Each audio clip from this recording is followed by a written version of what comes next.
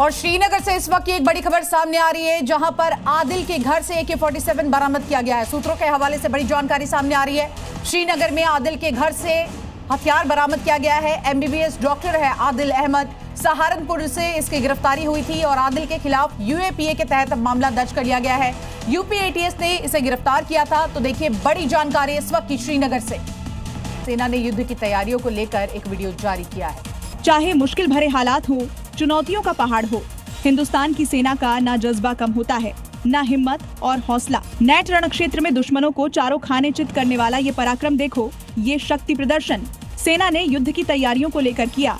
उन्नत हथियार, सभी क्षेत्रों में गतिशीलता, नेटवर्क और बुद्धिमत्ता ये है भविष्य के लिए तैयार होने वाली सेना की झलक। अद्भुत युद्ध कौशल दिखाते हुए जवानों ने बताया कि दुश्मनों के हर वार का वो जवाब देने में पूरी तरह सक्षम है। हिंद की दहाड़ दिखाते इस वीडियो में नजर आ रहा है कि कैसे हमारे जांबाज दुश्मनों की हर नापाक हरकत जवाब देने में माहिर है। ये वीडियो इंडियन आर्मी के ADGPI सोशल मीडिया पर शेयर किया है। भारत और अमेरिका के बीच एक बड़ी डिफेंस डील हो गई है। आत्मनिर्भरता की ओर भारत के बढ़ते कदम और इसी के साथ साथ रक्षा तैयारियों से पाकिस्तान सदमे में है।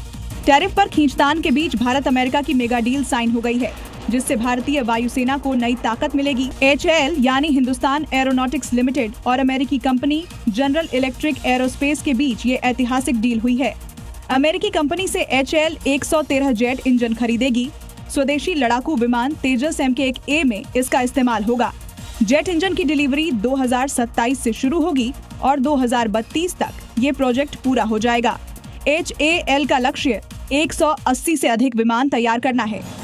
स्वदेशी फाइटर तेजस का नया वर्जन पहले से ज्यादा ताकतवर होगा। मार्क A के तेजस एयरक्राफ्ट का एडवांस वर्जन है। इसके 65% से ज्यादा उपकरण भारत में बने हैं।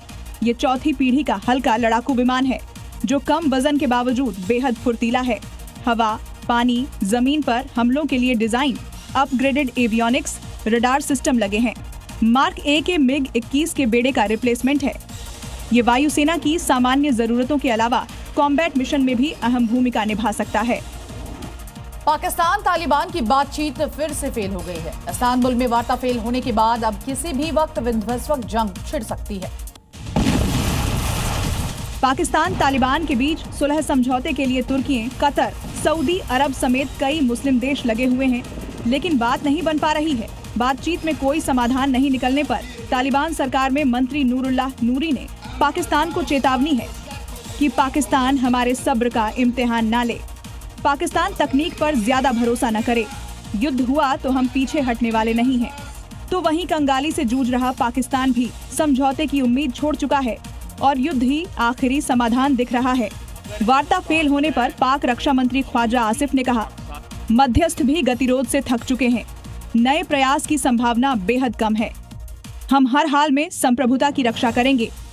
एक तरफ तालिबान TTP के खात्मे पर लिखित गारंटी देने को तैयार नहीं है, तो वहीं पाकिस्तान हवाई हमले रोकने का भरोसा नहीं दे रहा है। यही वजह है कि 3 दौर की बातचीत से कोई नतीजा नहीं निकला है। और अब खबर उत्तराखंड से। कल उत्तराखंड अपना राज्य स्थापना दिवस मनाने जा रहा है। रजत जयंती उत्सव पर PM मोदी भी देहरादून पहुंच रहे हैं और इस ऐतिहासिक मौके पर PM राज्य को 8,000 करोड़ से अधिक की योजनाओं की सौगात देंगे। प्रधानमंत्री इस अवसर पर एक स्मारक डाक टिकट भी जारी करेंगे और लोगों को भी संबोधित करेंगे। आपको बता दें कि PM का उत्तराखंड से गहरा और आत्मीय रिश्ता है। देवभूमि के प्रति उनका स्नेह अलग ही दिखाई देता है। पिछले 4 सालों में जब CM धामी ने प्रधानमंत्री को उत्तराखंड आमंत्रित किया, PM मोदी ने कभी मना नहीं किया।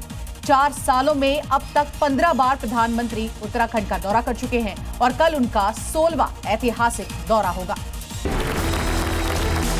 किसको अच्छा कर्म माने और किसको बुरा कर्म माने, धर्म किसके लिए है, अगर ये पकड़ लिया तो धर्म क्या है ये अपने आप साफ हो जाएगा। क्या आप भी सहमत हैं कि कर्म ही धर्म है? ये परंपराएं, ये रस्मों रिवाज, इनका धर्म से दूर दूर तक कोई लेना देना नहीं है। आचार्य जी, ये इतना अंतर्द्वंद क्यों?